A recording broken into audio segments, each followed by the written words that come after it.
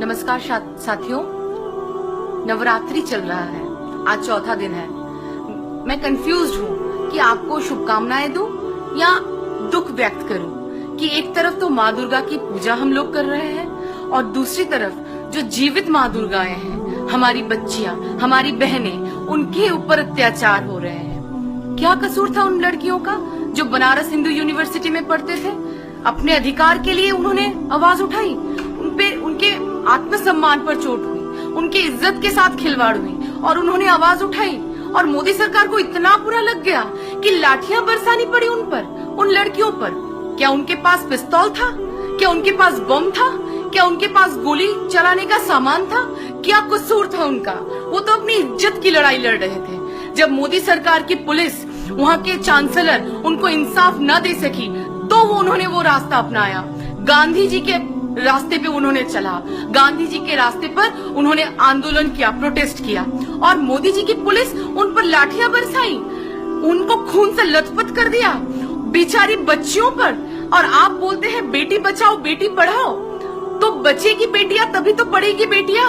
आपकी पुलिस, आपके बीजेपी के नेताओं के बच्चे इन बेटियों को मान सम्मान के साथ जीवित रहने देंगे तभी तो वो पढ़ेंगे। आश्चर्य होता है, जो बच्चियां अपने हक के लिए लड़ाई लड़ रही थी, अपनी गरिमा की लड़ाई लड़ रही थी, आत्मसम्मान की लड़ाई लड़ रही थी, मोदी सरकार और जोगी सरकार की पुलिस उन पर बरस पड़ी। और टीवी में और सोशल मीडिया में आ रहा है, कुछ दिन पहले दाऊद इब्राहिम की बीवी मुंबई होकर गई। मुंबई में किसकी सरकार? बीजेपी की। दिल्ली में किसकी सरकार? बीजेपी की।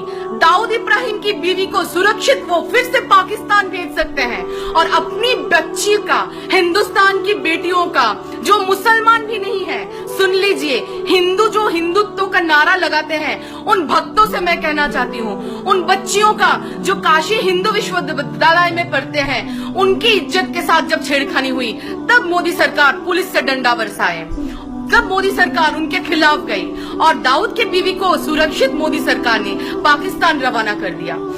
आप देखिए, ये पहला वार किसान पर हुआ, फिर जवान पर हुआ, फिर छात्रों पर हुआ, फिर बच्चियों पर, महिलाओं पर भी वार करते रहे मोदी सरकार। मोदी सरकार और मोदी जी, मैं आपको एक बात कहना चाहती हूँ, जितना घूमना है घूम लो, और तो कुछ दिन बचे हैं, जितना घूमना है घूम लो, जनता माफ नहीं करेगी, जनता आपको माफ नहीं करेगी।